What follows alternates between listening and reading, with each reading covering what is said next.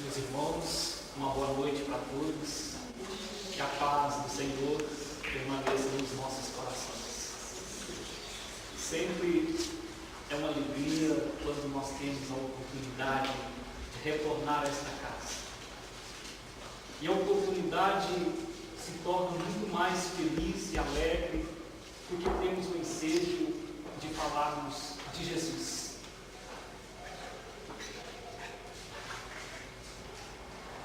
A lua prateada clareava sobre as encostas da estrada de Jope, precisamente no sítio de Zacarias. As estrelas que cintilavam no céu davam um tom de luz à frondosa tamareira que ficava apenas a uns 4 metros da porta de entrada. A rosa ou as roseiras, plantada por aquela adolescente, exalava um perfume cuja brisa transferia para todos os ambientes. Sob a luz cintilante do luar, um casal de namorados trocavam juras de amor. Saulo, como eu te amo. Jamais pensei que em minha vida a primavera pudesse voltar a florir em meu coração.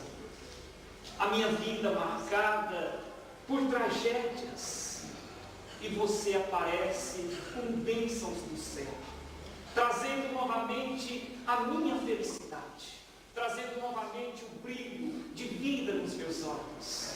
Sou a mulher mais feliz do mundo. Abigail, eu também te amo. A minha bênção talvez tenha sido muito maior do que a tua. No momento em que pisei a esta casa, convidado pelo grande amigo Zacarias, em que bati o olho em você, o meu coração começou a bater forte. E pensei, você seria a minha esposa. Desde esse dia, sonhei em formar a família e ter você como a minha esposa, a mãe de meus filhos. Oh, Saulo, quanta alegria, quanta felicidade. Mas naquele momento, ele muda a conversa e diz: mas hoje eu não vim falar sobre nós. Eu vim te pedir em casamento. Casa comigo. Você fala sério? Falo sério. Saulo, a coisa que eu mais sonho na minha vida é ser a sua esposa, a mãe dos teus filhos. Renunciarei à minha vida para fazer-te feliz. Não precisa, eu já sou feliz só de ter você ao meu lado. E a conversa prossegue, e em dado momento ele vê uma lágrima que escorre no canto dos olhos daquela adolescente. Eu me magoei. Por que choras? Eu disse alguma coisa que não foi. Oh, Saulo, eu choro nesse momento porque bateu-me uma saudade imensa de meu irmão, Gesiel. Ah, como eu gostaria que ele estivesse presente. Como eu gostaria de apresentá-lo a você. Como eu gostaria, nesse momento, de compartilhar com ele a alegria que vive no amor de Deus. Saulo, disse ela, eu tenho um pressentimento que meu irmão está vivo, muito próximo de nós. Só não sei onde está. Você me promete que fará tudo para encontrá-lo. Abigail, eu já mandei averiguar em todas as galhas e não encontrei. Talvez esteja morto. Não está morto. Meu instinto feminino diz que não. Diz que está próximo. Eu te prometo, Abigail, farei tudo que estiver ao meu alcance. Removerei a terra se preciso for, mas nós encontraremos o seu irmão. Você me deixa tão feliz. Saulo, disse eu ouvi a conversa obtida com Zacarias, e você falou de um carpinteiro crucificado em Jerusalém. Eu não entendi. Diz-me um pouco sobre este homem. Por que tanto ódio, se vocês já o mataram ao ponto de perseguir até os seus amigos? Que mal esse homem fazia? Que crime ele cometeu? Era tão perigoso assim? Abigail, você não entende de política. Este homem era um anônimo provindo da cidade de Nazaré, da Galiléia. E ele se dizia o Filho de Deus, o Messias dos nossos antepassados, que os profetas anunciaram. Ele andava aí aliciando um bando de leprosos, de pessoas da mais baixa ralé, prostitutas, pobres, homens de má vida, doentes, aleijados, cegos. Era um bando, era um mangote que acompanhava este homem, aqueles pescadores rudes e ignorantes. Mas o que tem isso é demais, dizia Eva. Eu não vejo mal nenhum, esse povo não é excluído da sociedade. Afinal de contas, se ele conseguiu liderá-los, se ele conseguiu trazer alguma consolação a este povo, ele não deveria ser tão mal. Engana-se você, meu pecado. Ele era um homem perigoso, um líder capaz de influenciar muitos. Muitos de nossos patrícios já se debandaram para o lado dele. Ele era uma ameaça a nossas tradições, os nossos profetas, a Moisés, a Deus. Por isso o matamos. Mas se vocês já o mataram, por que perseguir então os seus amigos? Acontece que a sua doutrina continua sendo propagada pelos seus discípulos, aqui mesmo em Jerusalém. Há uma casa chamada a Casa do Caminho, e lá é dirigida por esses apóstolos, esses pescadores que seguiam este moço.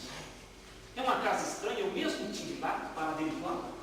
É uma casa estranha, cheia de doença, cheia de leprosos, pessoas de todas as espécies, e no amplo salão eles pregam a doutrina deste carpinteiro infame. Isso também tem prejudicado o nosso movimento. Muitos dos nossos patrícios de influência estão debandados também para aquela ralé. Eles são ameaça à nossa ordem pública. Por isso, eu mesmo estive lá. E eles são ousados. Mas tu disseste que eles são ignorantes, são pescadores. São sim, são ignorantes, são analfabetos, mas são petulantes e perigosos. Um deles me desafiou. Um deles tentou me humilhar perante a multidão. Um tal de Estevão, um insolente, e eu os prendi. E este vai pagar com a vida para que sirva de exemplo a todos aqueles que seguem este carpinteiro. Porque esse movimento precisa acabar. Abigail, daqui a 30 dias, toda Jerusalém estará tomada. O sinédrio estará composto com todo o conselho de anciões, os príncipes sacerdotes, as autoridades de todas as províncias estarão lá. É um dia muito importante para mim, porque marca para mim o início de minha carreira. Vamos executar este curso, vamos acabar com este movimento, vamos trazer paz ao nosso povo. Você pensa, mas Saulo, eu gostaria de te pedir uma coisa. Eu não gostaria de adentrar a esta cerimônia quando fosse ou estivesse sendo executado esse pobre coitado. Me traz tanta recordação, você sabe, de minha vida. Claro, Micael, você não entrará, jamais eu deixarei que você presencie um ato de barbaridade. É preciso, você entrará depois. Aí sim, meu pai está lá, minha mãe, e eu vou anunciar a você, à sociedade, te apresentar como minha noiva, e oficializaremos a data do nosso casamento. Saulo, eu estou feliz. E naquela noite, a estrela cintilava no céu, a luz prateada testemunharam um beijo carinhoso daquele casal de amores. Saulo recolhe-se, e Abigail ainda pôde ver pela janela de sua casa, quando a biga atrelada a um corcel branco sair em carreira, em disparada em direção a Jerusalém. Um lastro de poeira ficara marcado que a brisa mansa no orvalho da noite encarregou-se de apagar. Abigail recolhe-se, Rude, amiga, a mãe adotiva, tenta adentrar. Você está feliz, minha filha? Rude, eu sou a mulher mais feliz do mundo. Ele vai casar comigo. Nós vamos nos casar. Rude disse, ele é um moço tão bom, vai te fazer muito feliz. Você merece. a porta e Abigail fica só em seu pai. E naquele momento, uma saudade imensa bate em seu coração. Lembra de Corinto, quando em criança, ela lembra-se de sua mãe. Lembra aquele momento triste que aos 5 anos de idade ela fica órfã, mas antecedendo a orfandade. Ela lembra quando criança, que corria no campo verdejante como borboleta saltitante de flor em flor. E ela lembra do momento em que ela apanhara uma flor amarela, e naquele momento ela sai correndo como uma borboleta em direção à mamãe e diz: mamãe. A mãe estende-lhe os braços e ela aconchega. A mãe tinha uma forma carinhosa de abraçá-la, afagar aqueles cabelos negros. Minha filha, Deus te abençoe. Ela lembra com saudade esses momentos tão felizes da sua vida. Ela lembra a dor da perca da mãe. Ela lembra a dedicação de seu irmão mais velho, Gesiel. A abnegação de seu pai. Ela consegue superar aquele momento e continua a viver. Agora o sítio restrito, porque fora confiscado pelos poderes romanos, apenas um pedaço de terra que eles zelavam de lá com muito carinho. Lembra-se pela tela mental que por volta de 14 anos, já entrando na adolescência, ela presencia o aniquilamento do seu pai. Ou seja, o seu pai é morto na sua frente pelo chibata.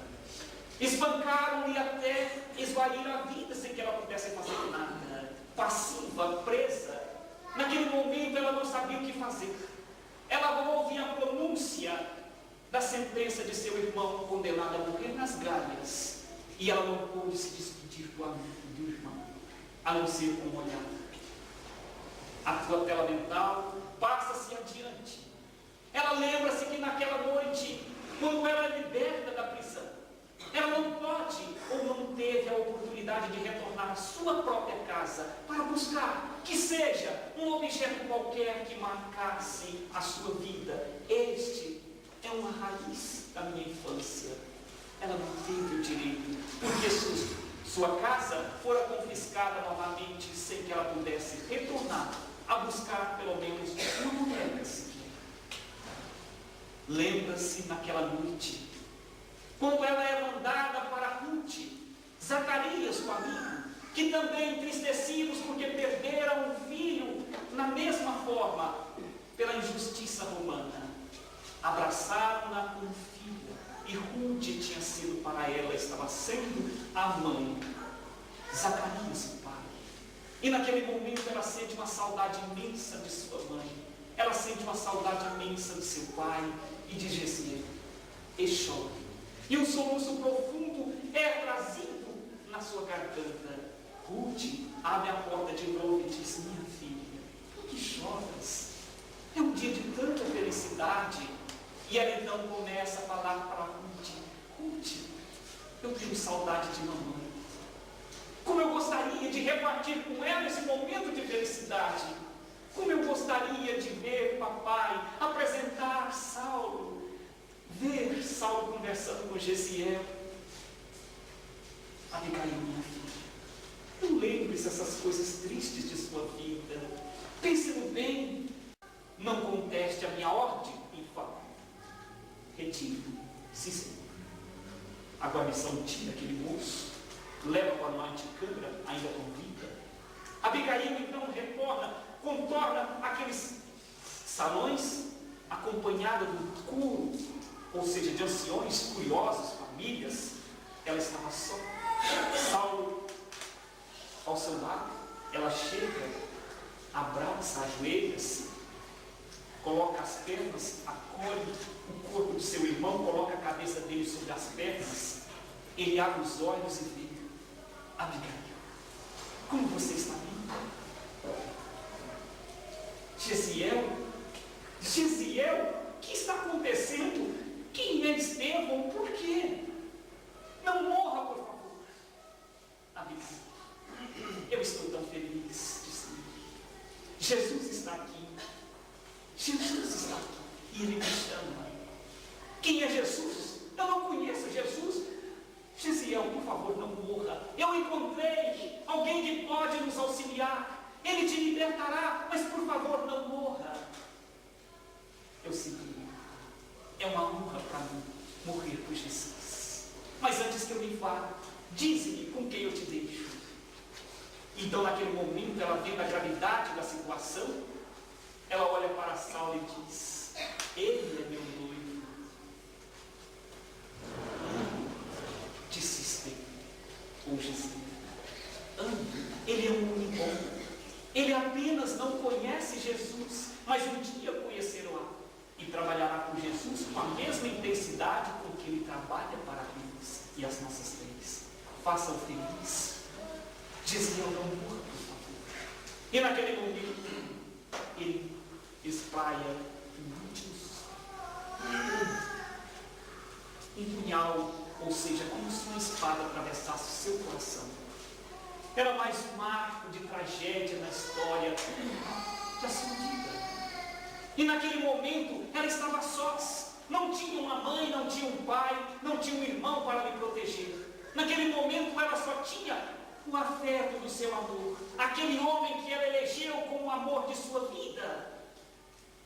E então, ela olha para Saulo, como pedindo socorro: Saulo, por favor, me abrace. Saulo, por favor, é meu irmão. E naquele momento, quando ela esperava que ele fosse dar a ela um mínimo de dignidade, um mínimo de proteção, afagá-la, porque naquele momento ela sentia a dor mais terrível do mundo, porque ela sonhava encontrar um irmão e encontram apedrejado a mão do seu próprio noivo. Era um momento difícil de sua vida. Saulo estende as mãos. Ele chega friamente para ela e diz: você me envergonhou. Você me envergonha. Saulo, pelo amor de Deus, nunca quis te envergonhar. Eu não tenho culpa. Saulo, respeite a minha dor, ele é meu irmão. Você me envergonhou perante todos. Saulo, por favor, me abrace.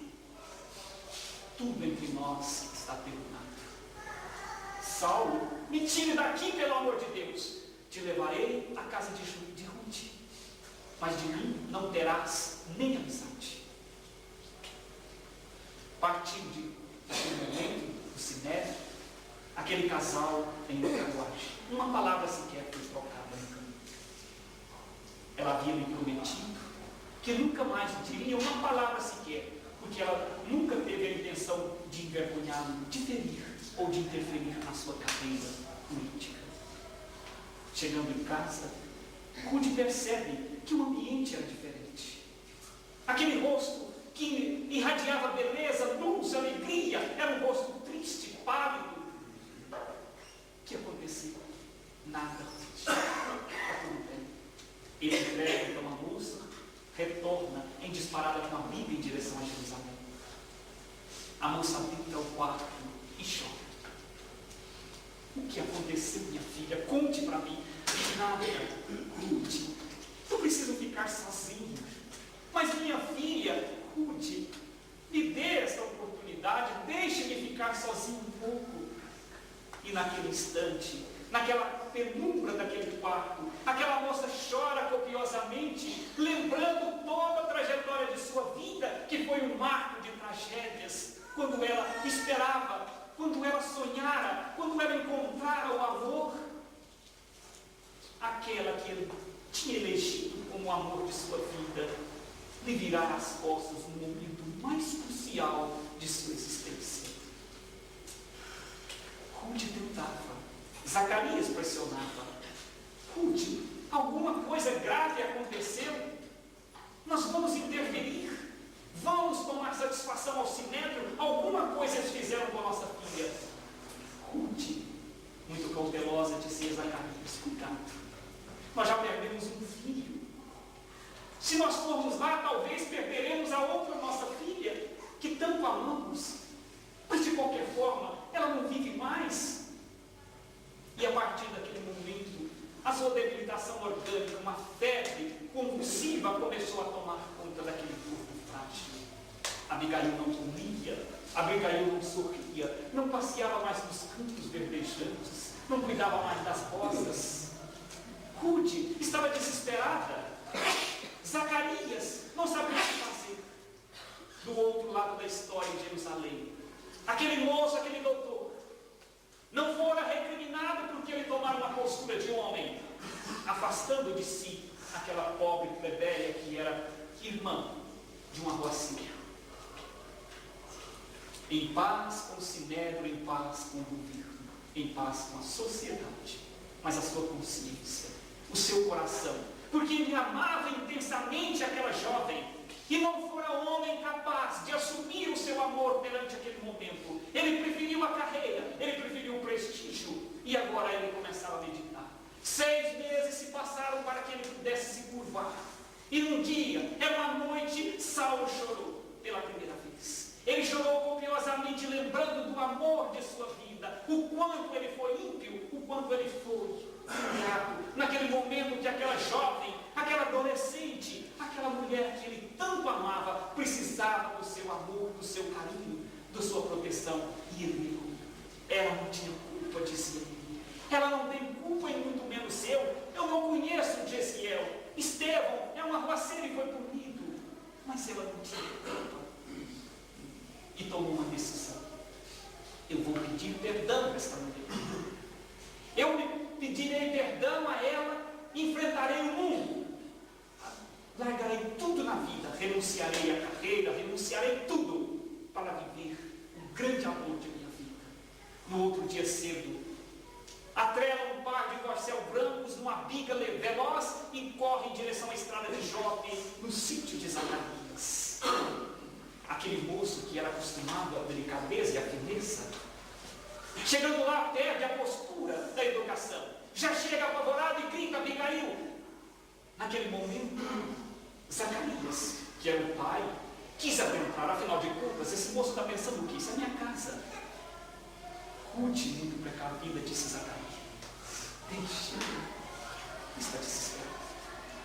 Cadê a Abigail? Ela está doente, está lá no pomar. Então aquele jovem, disparada, caminha em direção ao pomar, e de longe ele vê um vulto de uma criatura. Não poderia ser Abigail, aquela moça, esculpida pelas belezas, esculpida, feita pelos deuses.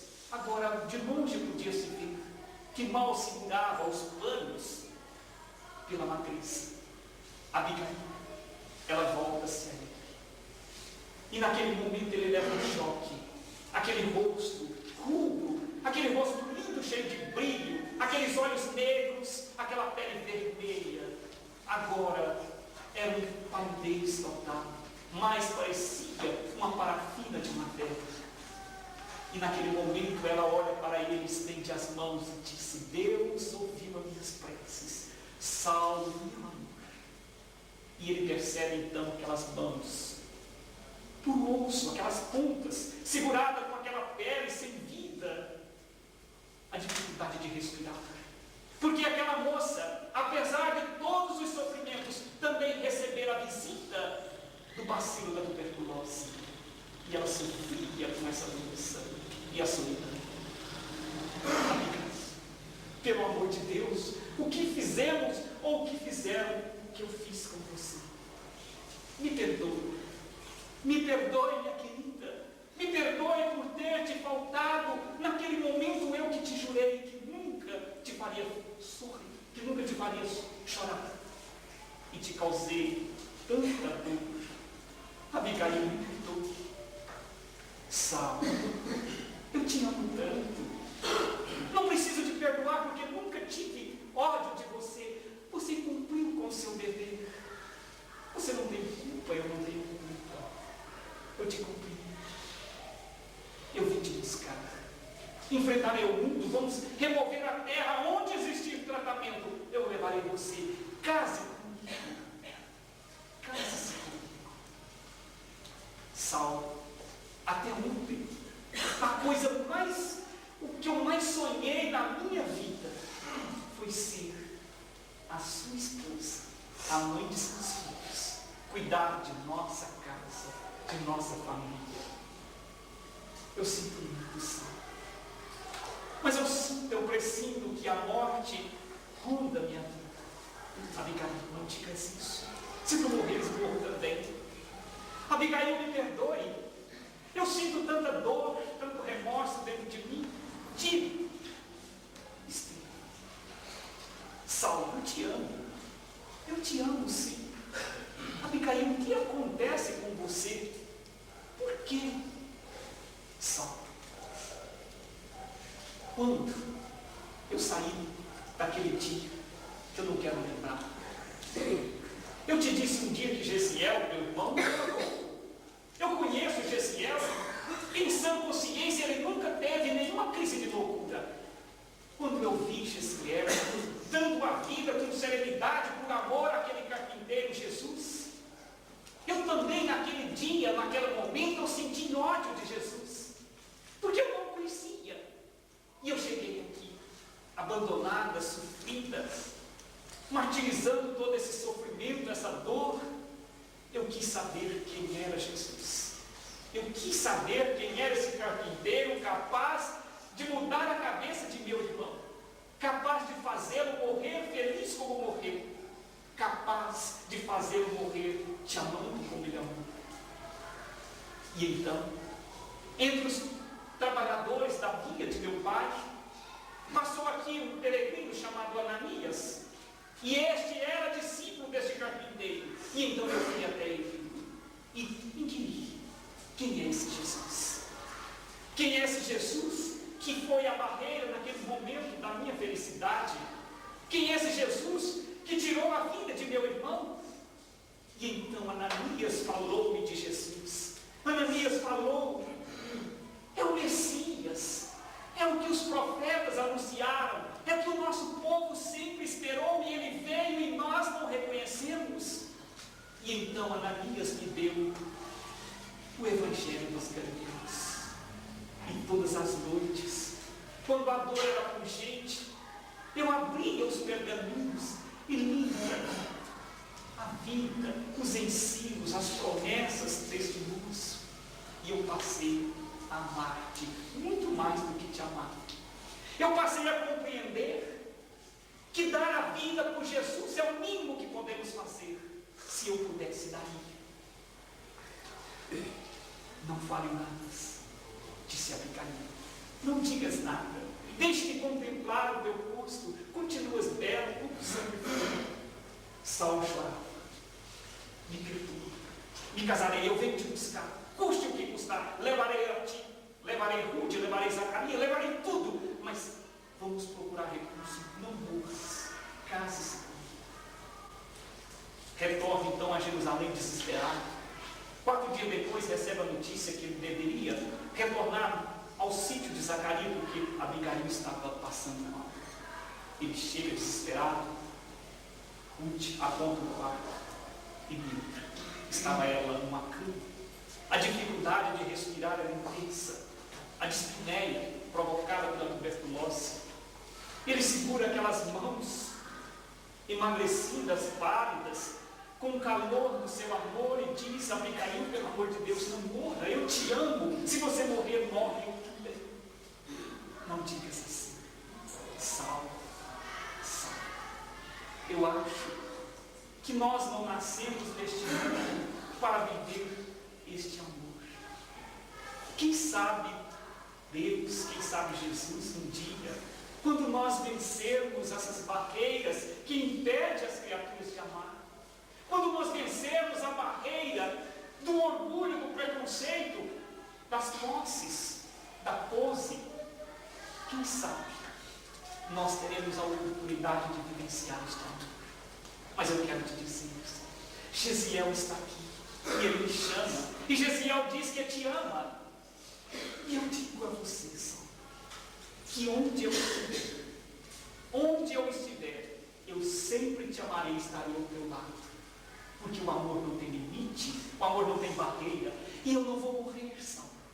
Vai morrer apenas este corpo, mas a minha alma continuará viva, e eu vou te amar onde eu estiver. Abigail, naquele momento, a jovem, então, exclama o seu último suspiro. Esta é a primeira parte do livro Paulo Estevão, No caso, Abigail e o seu irmão Gisiel, o amor dela pelo Saulo, que ainda não era convertido ao cristianismo. Por que nós lembramos este fato? Porque este fato nos trouxe profundas meditações. E dentre elas, Abigail, aquela jovem adolescente que vivera uma vida intensa de sofrimento, de angústia, de martírio, e que um dia conheceu e aspirou ter um sonho, o sonho de ser feliz, o sonho de amar, o sonho de ter um esposo, o sonho de ter filhos, o sonho de ter um lar. E não conseguiu concretizar naquela existência. Mas mesmo assim, ela não desistiu do amor. Ela continuou amando. Nos chama a atenção a todos nós que também vivenciamos na terra este sonho sublime de ser feliz por ter um lar, um amor, uma família. Quem é de nós aqui presente que dentro de nossa existência nós nunca paramos um pouquinho e retornamos à tela mental, lembramos do aconchego de nossa mãe quando a gente era criança? Quem é de nós que nunca se lembra de um momento em que a gente, que seja uma tampinha, que seja um pequeno papel, que seja uma florzinha humilde, a gente não saiu e disparava em direção, mamãe? Quem é que não se lembra daquele carinho especial que cada uma das nossas mães fazia? Meu filho, o abraço, a ternura, a proteção. Quem é que não se lembra que um dia a gente voltar à nossa casa e ver papai naqueles momentos de dificuldade, quando relampeava, quando a tempestade anunciava, a gente corria para o colo do papai e sentava e dizia: papai, você é tão forte. E ele nos abraçava, não tem medo, filho, meu filho. Quem é que não se lembra desses momentos? Quem é que não se lembra que num dia na adolescência nós também sonhamos em encontrar um amor? Nós sonhamos em encontrar a esposa, a companheira, o companheiro. Quando olhávamos para a humanidade e dizíamos para nós mesmos: onde está o amor de minha vida? E um dia nós encontramos. Um dia realizamos o nosso sonho de encontrar aquele que nós elegemos como o amor de nossa vida e vice-versa. E concretizamos o nosso sonho. Casamos. Constituímos a aliança, a união. Aquele sonho de felicidade vivido por aquela jovem que não pôde concretizar. Lembra-nos a todos nós que a maioria concretizou ou vão concretizar. E por que somos infelizes? E por que somos infelizes dentro de nossa casa? Porque a nossa união, aquele projeto de amor, aquele sonho concretizado num dia, transformou-se num pesadelo, muitas vezes, da desarmonia, da discórdia entre marido e mulher. Será que não é momento para que a gente possa refletir melhor? Onde foi que eu errei? Talvez adotemos a postura de Saulo, porque Saulo, naquele momento, nós lembramos que o amor de sua vida, a sua felicidade estava ali, bastava que ele renunciasse a todos. Não importa o que pensam, o que importa é o que sinto, o que vivo. Mas ele pensou primeiro na carreira, ele pensou no prestígio, na vergonha, no orgulho, e deixou o seu amor passar. Às vezes, dentro da nossa postura de vida, fazemos a mesma coisa. Estamos muito preocupados com ter, possuir, e o amor está ali, esperando de nós o mínimo, o afeto, o carinho. Eu te amo, estamos juntos, você é o amor de minha vida. Amor, esse amor que nós não compreendemos. Por isso eu chamo a atenção daquela jovem que imaginava ter filhos, formar um lar. concretizamos o sonho. Quem é que um dia, na sua adolescência, não pensou em ter um filho? Complementar a sua vida. E hoje nós temos. Ou se não tem, não tem. Poderão ter. E às vezes nós sentimos tão infelizes com os nossos filhos. São ingratos. Não é como eu pensei. Será que realmente nós estamos observando a lei de amor? Às vezes falamos dos nossos filhos ingratos. Será que nunca questionamos se também não fomos ingratos para os nossos filhos? Será que nós também não questionamos que muitas vezes os interesses, o trabalho, o dinheiro a ser entrado era muito mais importante do que eles? Eu lembro de alguém que não conseguiu concretizar o sonho de sua vida, mas no entanto amou. No entanto amou, continuou amando. Mas de tudo isso, meus irmãos, que eu falei na noite de hoje com as minhas pobres emoções, e toda essa beleza, falando de amor, de um caso, de um sonho, de tragédia, de tristeza, tudo de alegria. O que me chamou mais atenção em todos esses tópicos, eu gostaria de deixar como um ponto básico da nossa reflexão de hoje. Quando no momento de dificuldade, aquela jovem estava diante do seu amado, abandonada e retribuída, ela diz: quando no momento mais difícil de minha vida, eu quis saber quem era Jesus. E Ananias me deu o Evangelho dos Galileus. O Evangelho dos Galileus é o Evangelho de Marcos, de Mateus, de Lucas, de João. São os galileus de Jesus, porque Jesus também era galileu. O Galileu, o profeta de Nazaré. Foi com aquele Evangelho que ela achou força para continuar amando, porque muitas vezes nós dizemos que o amor precisa ser regrado, precisa sim, com sentimento, mas o dela não foi.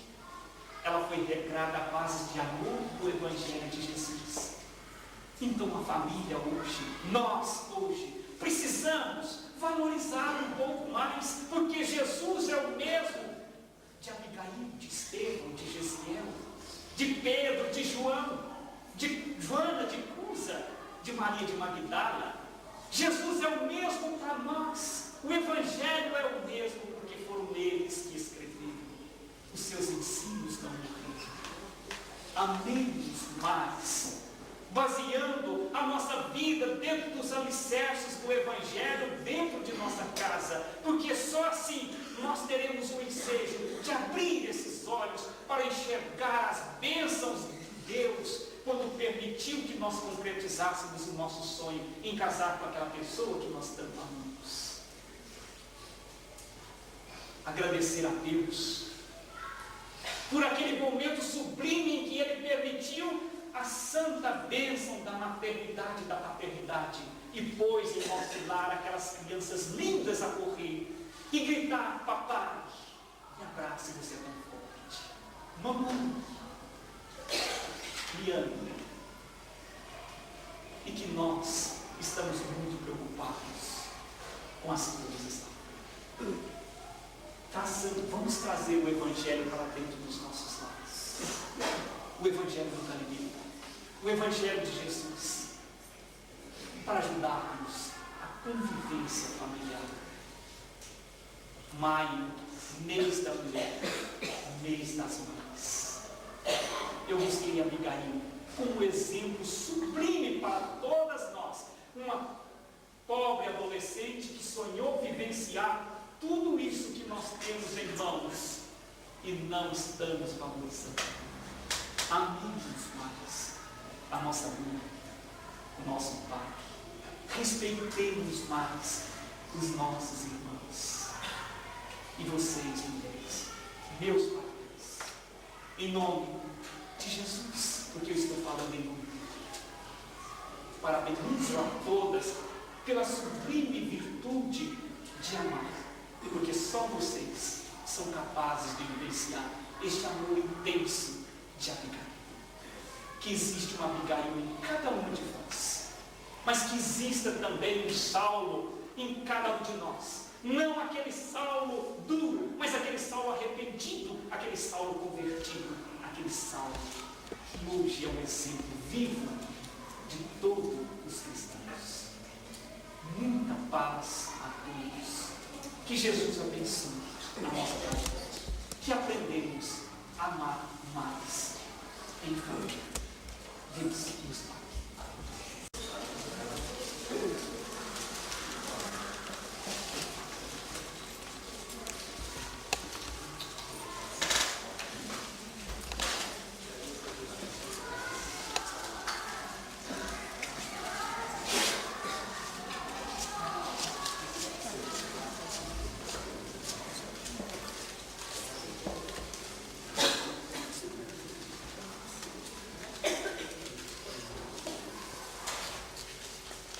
Vou ver qual que é o short, vou pegar aqui.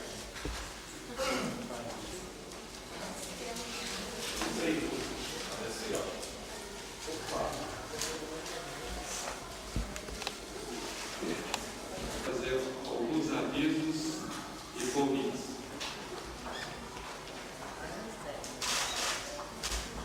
Boa noite a todos. Os três de casa aqui, como o primeiro de Goiás, aliás. É o primeiro Congresso Espírita Brasileiro.